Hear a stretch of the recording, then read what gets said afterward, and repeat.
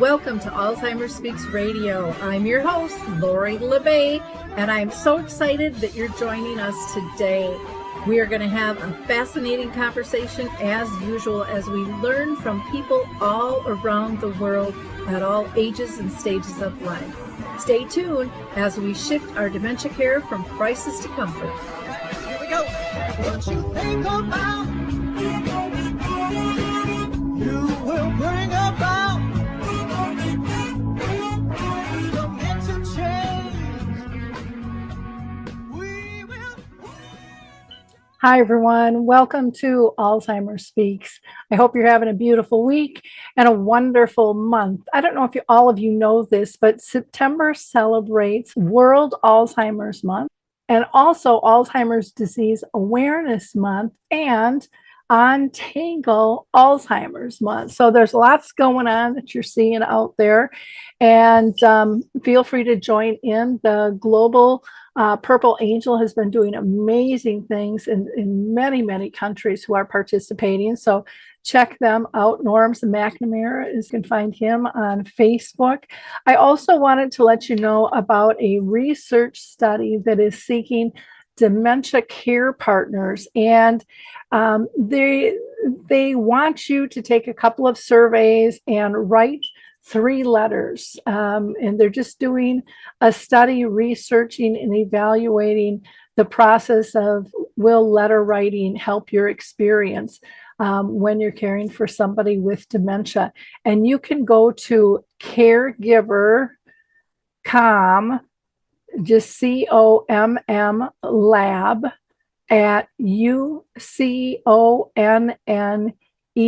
That's caregiver.com with 2 M's and then lab, LAB, at UCONN.edu. And I think it sounds like a really interesting study that you can participate in. Also wanted to let you know that GrandPad is offering $75 off its new premium and ultimate annual plans, and that runs from September 18th to the 22nd. You can go to grandpad.net. It's a wonderful way to communicate, engage in a safe lockdown way that families need, and it offers a variety of entertainment, communication, and educational pieces with that as well. Now, today we are going to be doing an open mic. I never know who's going to show up.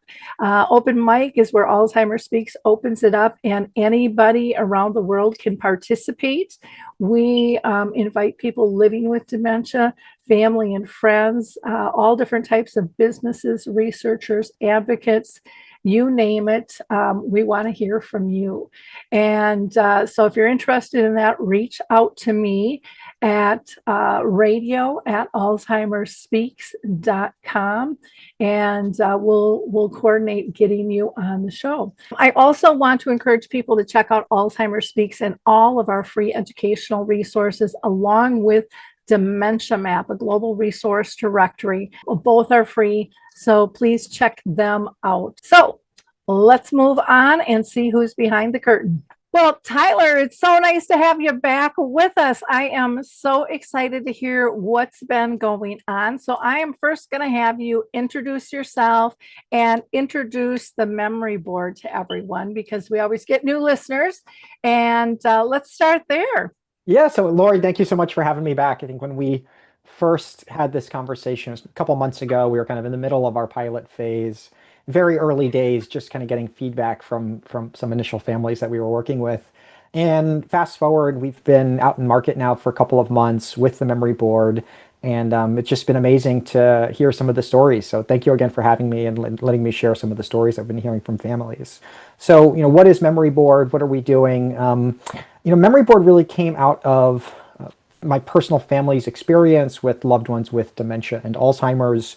My grandmother has had vascular dementia for 5 years. We have Alzheimer's in the family. We also have loved ones who are in their late 90s and not diagnosed dementia, but naturally when you're in your late 90s, your memory kind of starts to go. So MemoryBoard has been a really helpful tool.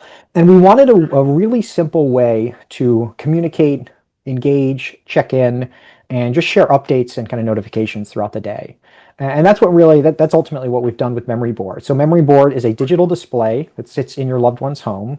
You just kind of set it up where they spend the majority of their time.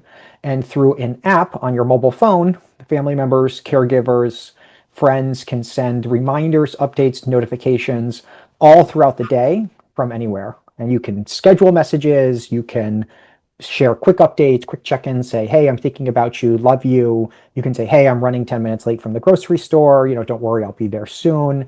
You can do photos as well. And a lot of people will add addition. You can tag the photo and add text on top of the photo or next to the photo for some additional context. Like we hear families tell us if somebody is coming by that day, they'll put up a photo of the person with that person's name so that their loved one with dementia will kind of know, oh, this is who's coming by, kind of be ready for that person.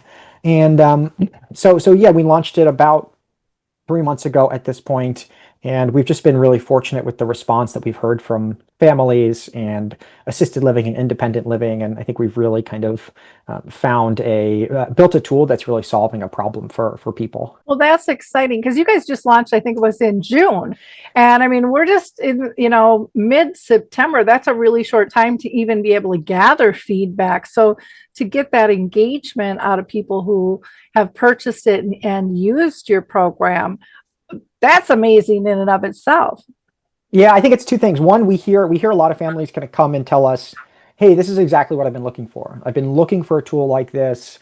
Maybe they've tried, the Amazon Alexas or the Facebook portals, or they've done whiteboards and sticky notes, but they said, I was looking for this exact tool that does one thing really, really well. It does the messaging really, really well, and that's really all it does. It's not overly complex.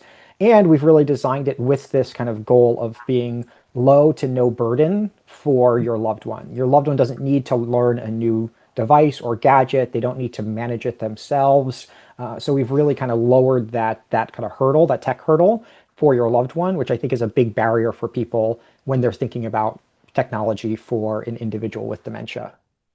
Oh, absolutely. I hear that all the time. It's like, well, they won't know where to look. They won't know how to turn it on or turn it off, or, and sometimes those types of things can create more panic than anything, for people. And so that's a really important factor, because especially with dementia, people going through sundowning can get kind of paranoid to begin with. And then if they're, hearing something and they don't know where to look, but if you're placing it in the right spots, those are critical. And, having those reminders, like when you had mentioned about just being able to check in and saying, hey, just thinking about you, love you.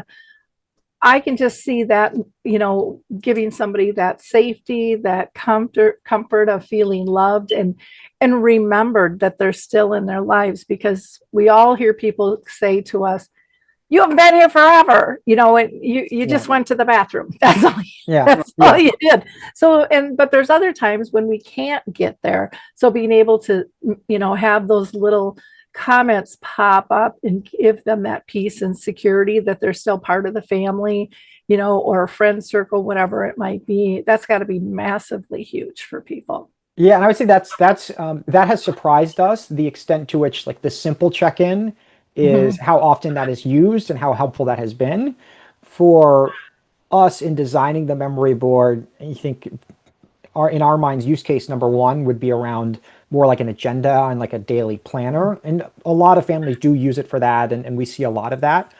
But equally, if not more so, this idea of the quick check-in and just letting somebody know that you're thinking about them. But also in kind of practical situations, it's really, really helpful, because we hear from families who say, yeah, if I'm running 10 minutes late, my loved one thinks the worst, right? They think I'm never coming for them, or that something bad has happened. We hear from families that say, yeah, my loved one used to wait outside for hours at a time because they didn't know when I was coming by, and they just wanted to wait outside for me to come. And now with the memory board, I can tell them, hey, I am running 10 minutes late, or I'll be there at this time. You don't need to wait outside for us. So it's really actually having really, really kind of practical benefits for families and their loved ones. Yeah, I have a friend right now that's really struggling with, time. And so he has another friend that comes and visits him every day at 5:15. So he writes on a piece of paper, each day, I'll see you Tuesday, with the date. and then 5 p.m. And this man will call me and go, I haven't seen him. I think he's dumped me. He's blocked me. I think I'm being scammed. I don't know Yeah. what's going on. He's not responding. And then he'll look over to his clock with the big numbers and he'll read off the date and the time, but he doesn't understand AM, PM. And then he'll read me the notes and he'll go like 5:15 because he doesn't really even understand that that's time. So then I have to remind him, what that is and how that goes, and then he'll calm down. It's just so sad because he just gets in this panic, and so things like that I think can really help people a ton in terms of giving them a sense of calm, because he'll call me back then and go, thanks for picking up the phone, or thanks for whatever, that really helped me. And then he'll go, okay, now I have so many hours to wait. And that, that could be done easily with your board. Same with reminders for if they're living independently or if they're in a community, reminding them to go down for breakfast, lunch, or supper. Yeah. Hey, just checking in. I'm eating my lunch now. I wanted to see if you got down, to dinner too. Why don't you head down and tell me what you had when you come back, or some goofy, but I think that could help not only the person, but staff in a community with those types of prompts too, because in helping their body maybe getting into a routine as well with that. Yeah, and we're kind of now naturally in a lot of assisted living as a result of the families who are buying memory boards for their loved ones.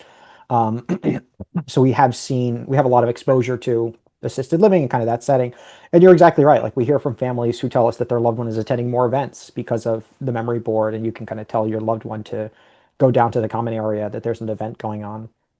But also we do hear secondhand that the care staff is really enjoying it because, one, it's also confirmation for them. Like, oh, is this person's son or daughter actually coming by today? The individual in the memory care is telling me that they are, but can I kind of confirm that with what I'm seeing on the memory board? Or it's a prompting mechanism for the care staff to say, oh, look at this great photo of your grandkids or your great grandkids. Look what they're doing. They're on a trip. They're going to be back in a couple of days. They can't wait to see you.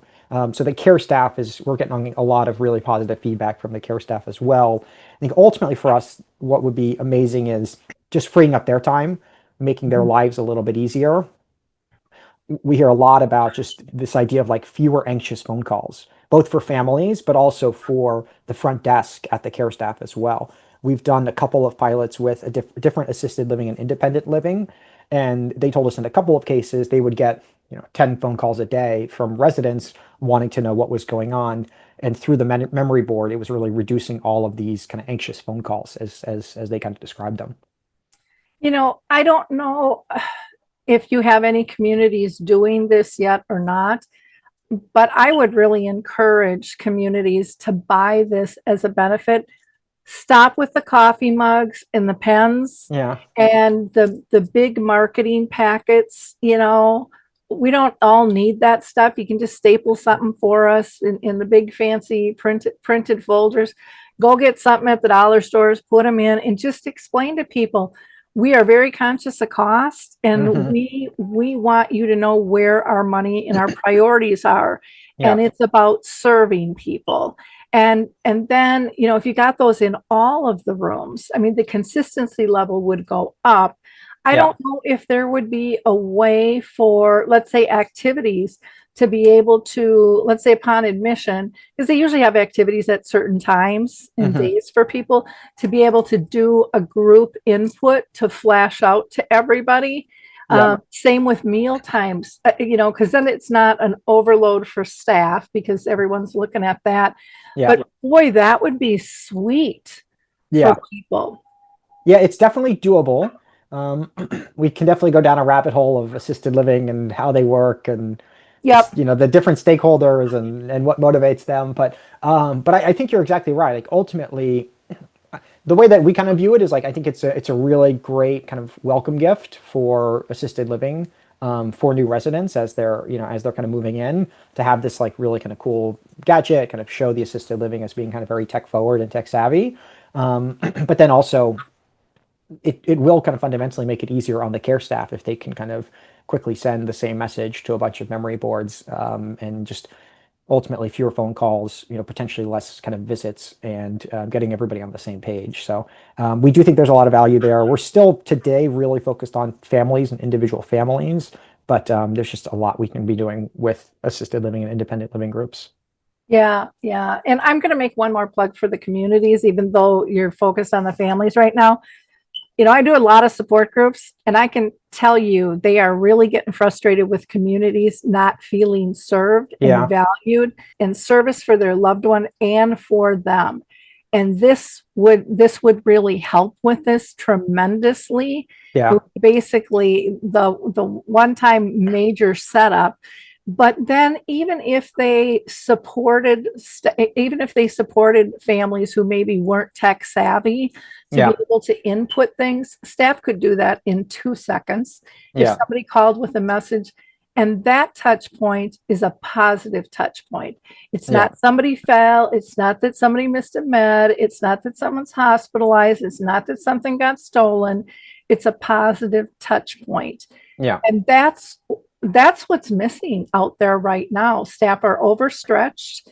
And so you have to cut down all of these kind of knives coming at them that they can't handle because they don't have enough staff, and lessen those by adding in positive things that can be streamlined. That would be massively important, because like I said, I hear that over and over and over again. Is people want to trust, and I think your product really helps build trust and safety and engagement and purpose, all of those things, no matter where it's placed, if it's within an individual family or a community. But again, communities are struggling so bad out there right now, and it streamlines so much of what they're doing. Yeah, and it gets the care staff and the families on the same page as well. Like, we hear a lot about just how for families, they don't really know what's kind of going on. It's hard for the care staff. It's really hard to communicate back to families just because the time and effort that it takes. And MemoryBoard is a little bit of a way to kind of bridge some of that gap, where that kind of becomes the central hub for communication between kind of everybody involved. And the care staff will better know what is going on.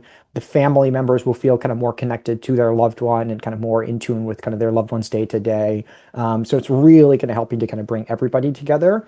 You're exactly right. At a time that quality is not where I think people want it to be, and they're kind of not feeling like they have the visibility or the transparency that they would like, knowing what is going on with their loved one. Yeah. Well, and a lot of times families don't know, they don't remember exactly what time is a meal or when are activities, and they might want to come and join in the activities or be able to sit and see them participate.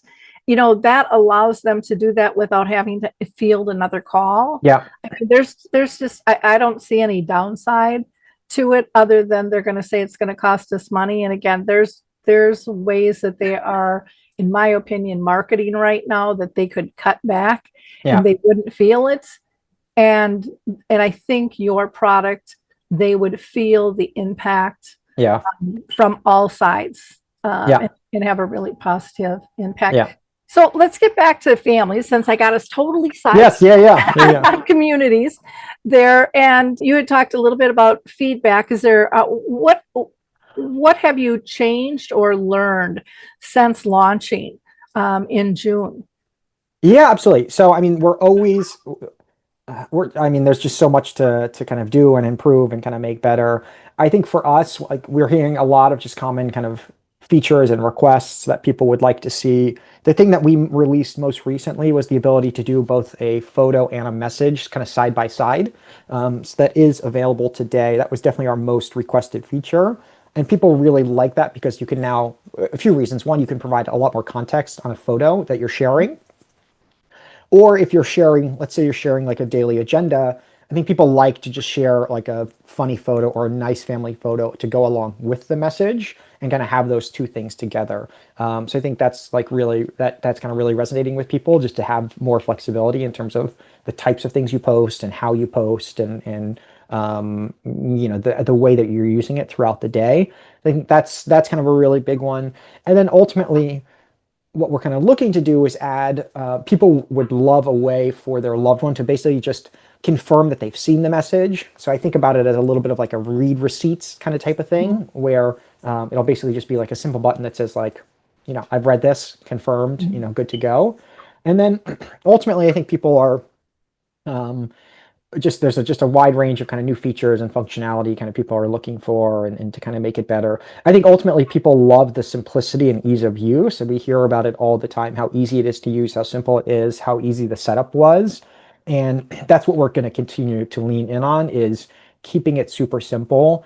Because ultimately, like I mean, this needs to be a tool that people can really understand and kind of get up to speed on fairly quickly. And I think people will get new technology is hard because there's a learning curve to everything. So having a tool that is truly easy to use and simple, where you can invite family members to participate, to be able to send messages to the memory board, and doing that in a way that's really, really simple, I think that's going to be the core of the product. And everything we do is going to be kind of geared towards that, which in my mind means the core kind of like functionality will kind of remain the core, and it's really just about making that a little bit better and giving people more kind of flexibility and functionality. So let me ask you this, because one thing we hadn't talked about is in terms of families engaging, do they have to do that through a computer? Can they do it through their phone? How easy and how flexible is that for them to send a picture or a message? Yeah, so everything is done through the MemoryBoard app today, and the app is on Apple or the Google Play Store. You can do it through a browser as well, although it's definitely designed to be kind of app-based. When somebody is setting up the MemoryBoard, they will, as part of the setup process, they can invite other people to join their care circle, which gives them the ability to send messages to the MemoryBoard. Those individuals will get an email, and from the email create their account and be kind of connected to their loved one's MemoryBoard. So it's really about having the app, and then from anywhere you can kind of send messages and reminders. I love when you talked about the picture with the message, and just noting the variety of ways of hey, Lori's coming today, so here's a picture of Lori, and here's her name, and maybe here's a relationship to you, whatever. Yeah. Or just sending maybe a reminiscent picture that somebody found from, a wedding or a family get together, or whatever it might be. Yeah. And then sending, funny or calm things. If it's a nature center, just thought you'd love this, or something funny just to give them a chuckle. Yeah.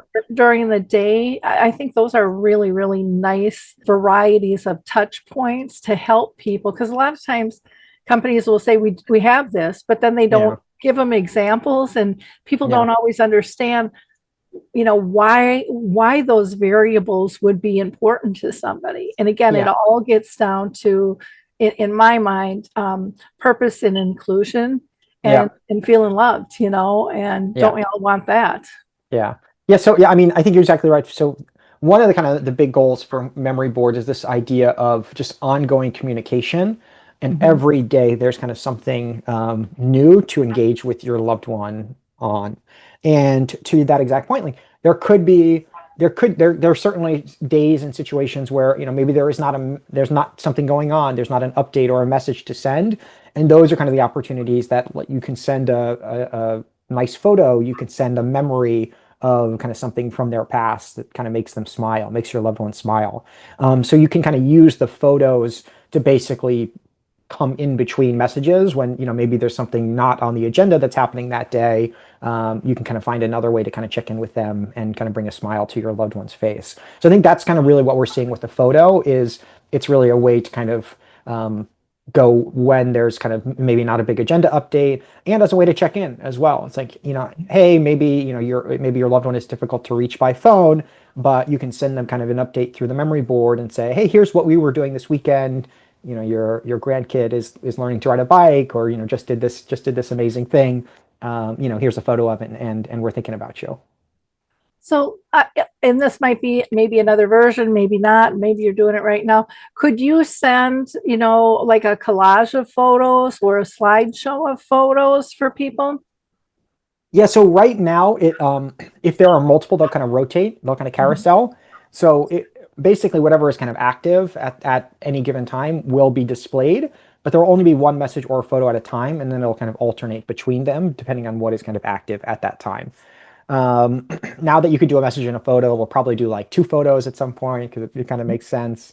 But ultimately, yeah, this idea of kind of always something new, kind of something changing, always something for your loved one to kind of look for on the memory board. It's really kind of this, again, along the lines of being this kind of like ongoing tool. There's always kind of something to look at and kind of be reminded of. Okay, so I got another question. Yeah. So, because again, these are tech questions that aren't really techy, but they can just stop people in their tracks.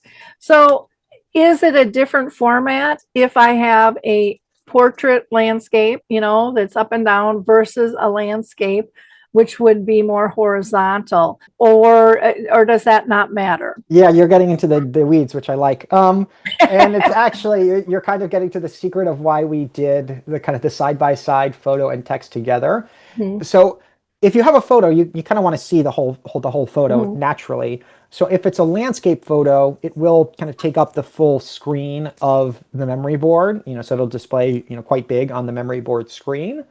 But if you have a portrait photo, which a lot of people, when you take out your phone and you take a photo, you're taking it in portrait, right? You're holding your phone straight up.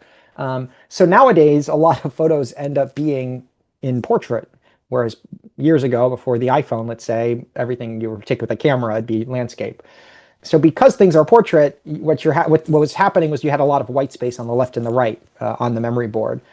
So that having a text and photo together now makes up for some of that white space, where there'll be photo on one side and kind of text on the other side. So it's just another way to kind of use up more of the screen. Okay. Now you can crop too. You can crop so that, like, if you want a landscape or you want a portrait to take up more of the screen, you can crop it. So again, kind of giving people more options there. Well, and people are getting so much more comfortable with that with their iPhones and stuff, and they just get those fingers going.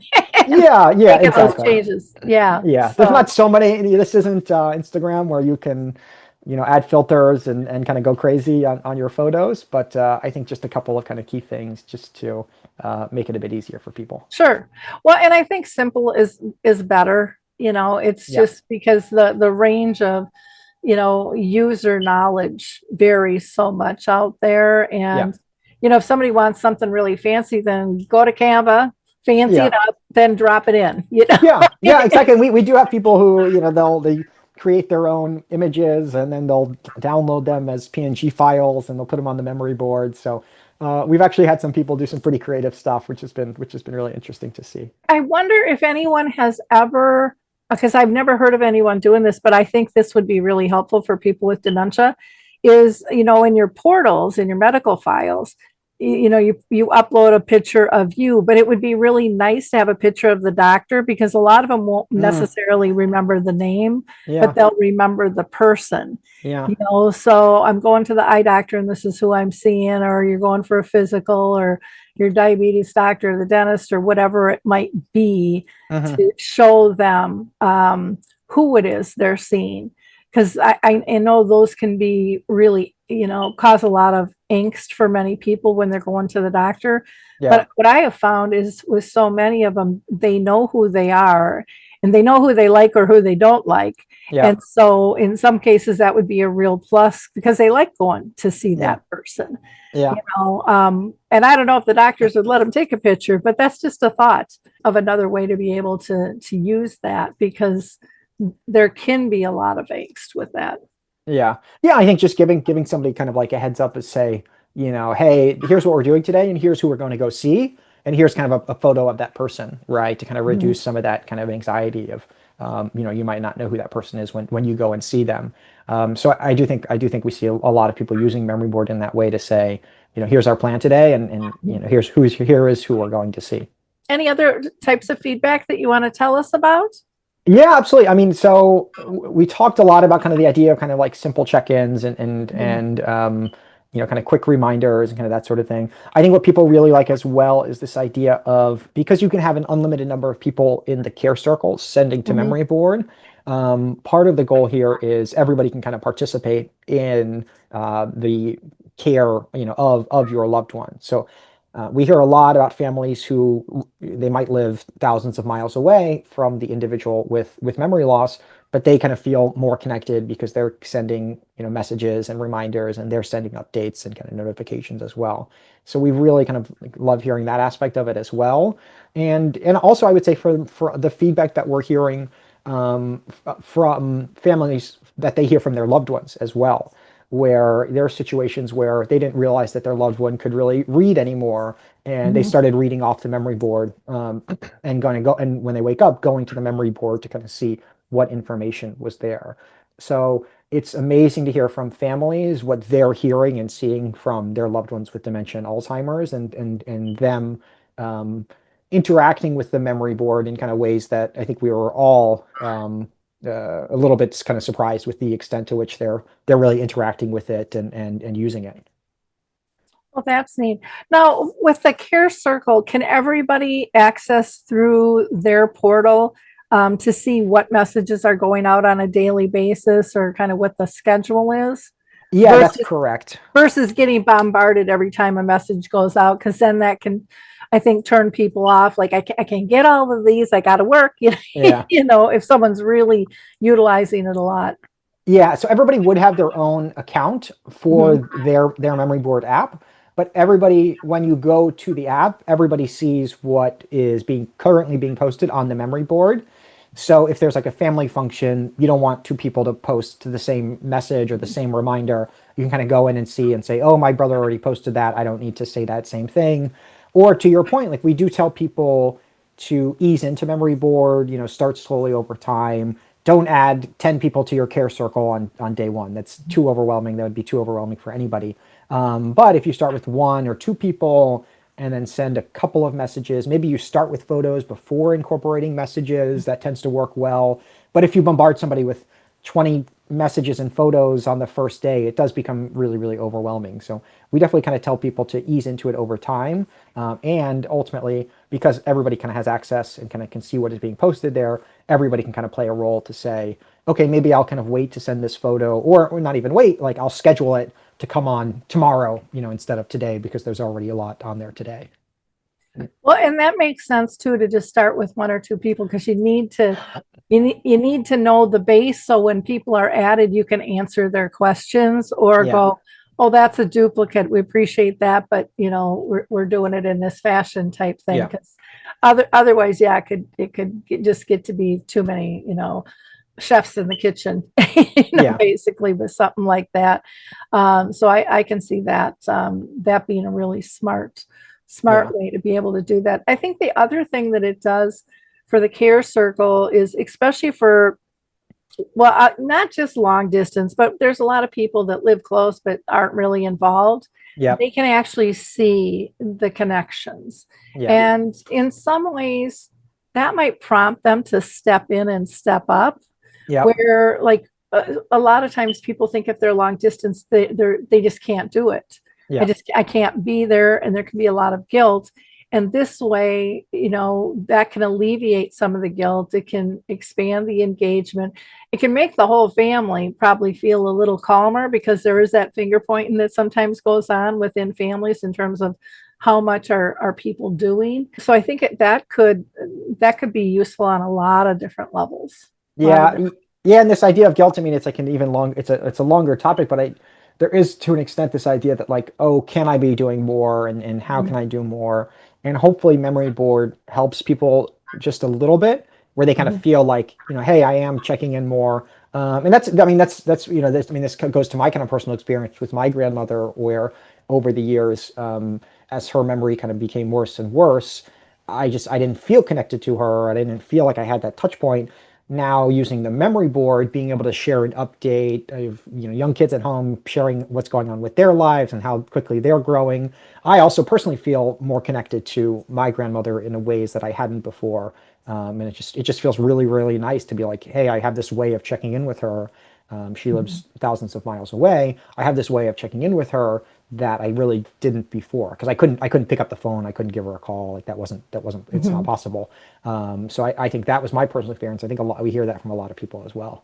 Well, the intergenerational aspect is nice. I was talking with a friend this morning who was saying, her kids are very involved with their grandfather. Yeah. And, they'll call him on the phone and invite him over to dinner and do things like that.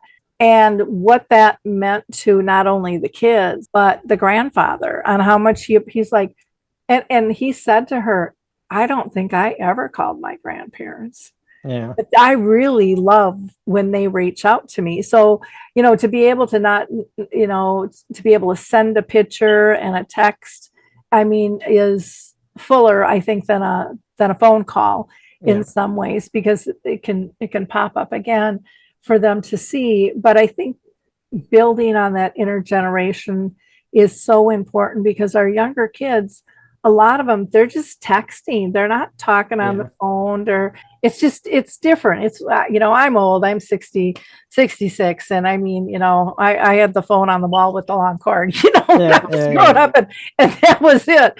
And, but now there's so many different ways to connect, but I see a lot of our younger generation not having eye contact with people, and not, this might sound silly, feeling the communication, the connection. And I think that's your memory board can really help elevate that. That's certainly part of the goal. And to that point, I think just doing kind of like focusing on one message or one photo at a time, I think also has been really helpful, just to kind of like simplify things for everybody. Because, like, to your point, there's so much information overload, and there's so much going on every day. There's so much information out there. You can kind of really, go crazy trying to like just get all the information, keep track of your calendar, right? So just having kind of like really kind of simplifying it to like, hey, here's like the one main thing that's going on today, or here's the two main things that are going on today, or like here's just kind of like one update that we want to share with you. I think people have really liked that aspect of it, of like super simple down to what is the one or two things that are happening today. Exactly. Anything else that you wanted to cover? I just find this fascinating and exciting. So kudos to you. Yeah. Thank you so much. And again, thanks for having us back. And I would say, it has been a really exciting last couple of months since our official launch beginning of June.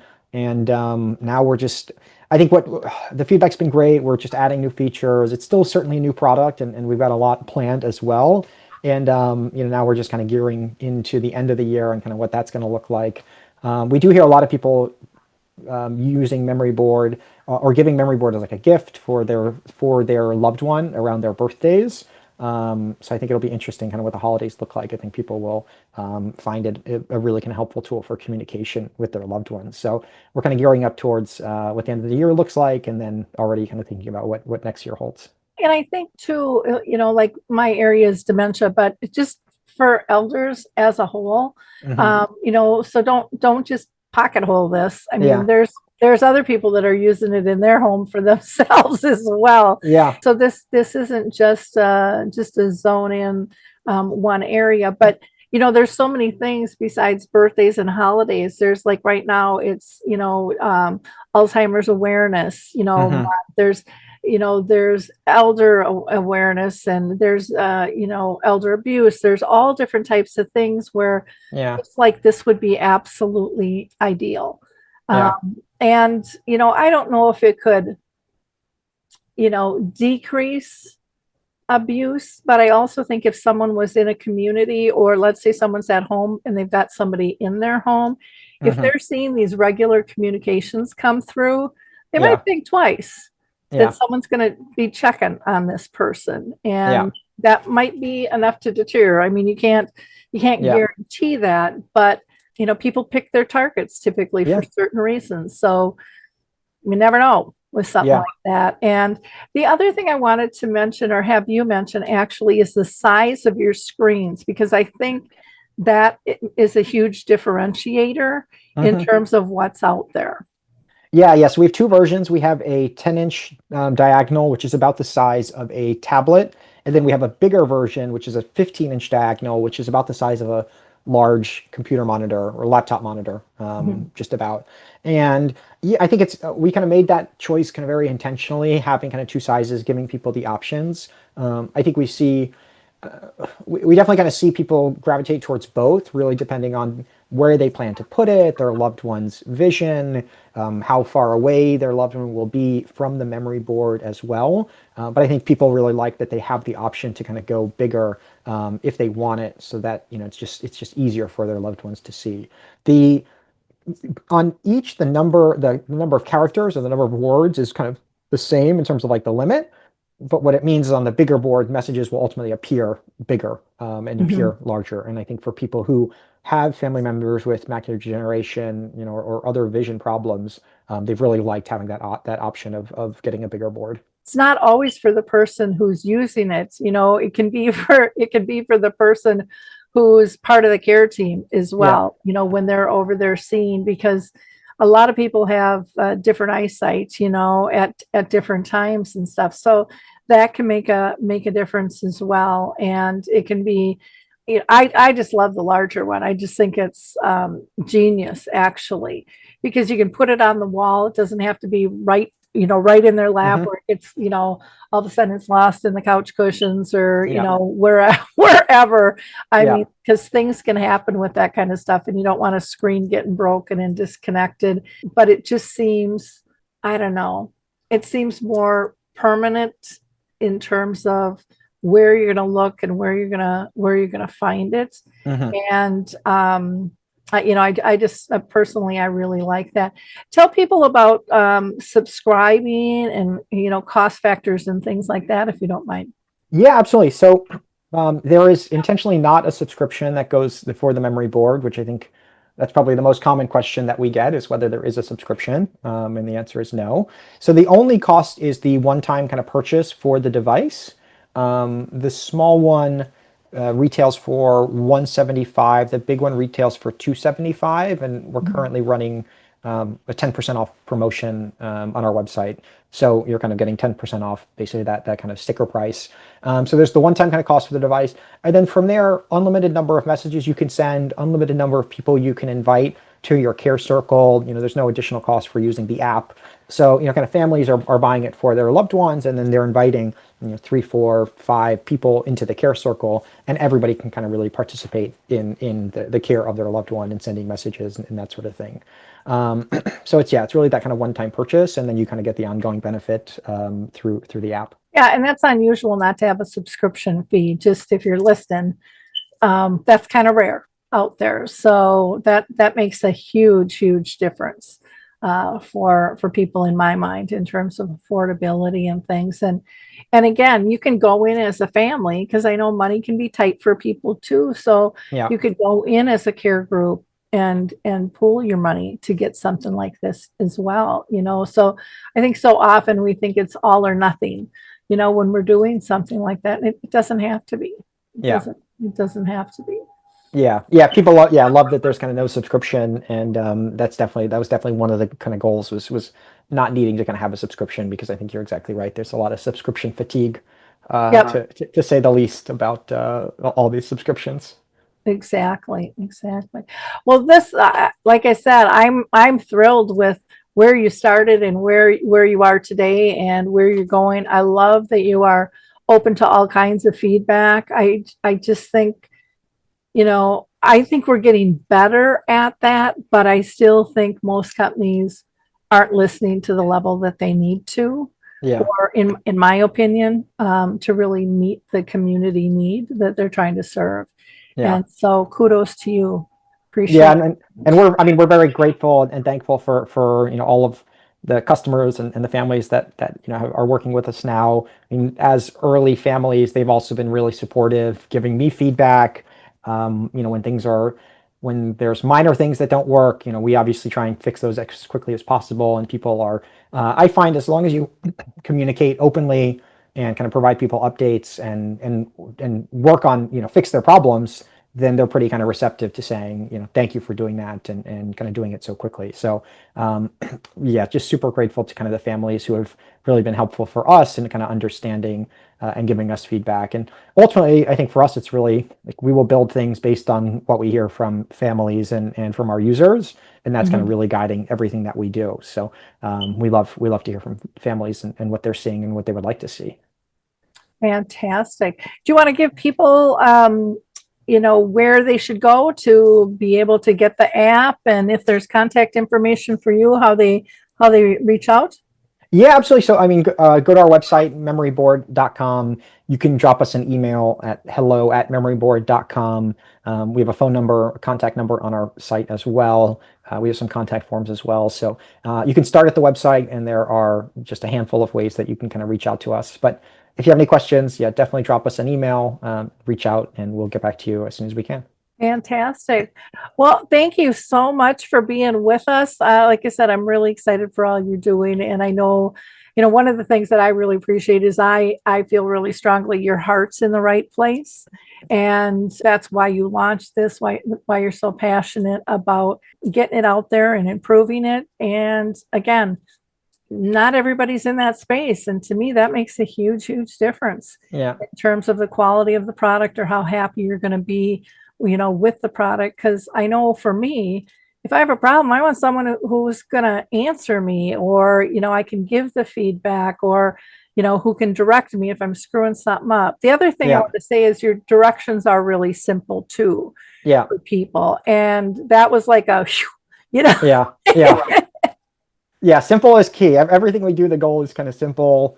Customer support, the goal is really kind of high touch, always kind of being available, and just kind of like surprising and delighting people, so that they really feel like they're kind of getting what they need. Well, for our audience, be a giver of hope, like, click, and share. You don't know who in your sphere needs this. And, a lot of people don't know this is out there. And so it takes a village for all of us to raise the voices of all these, cool things that MemoryBoard can do, and how it can support families and professionals alike. And, be one of those people that lifts somebody up and gives direction without even having to talk to them. It costs no money to do, and it takes very little time to share this information. So, join our group and be a giver of hope. Thanks, everybody. Thanks, Laurie.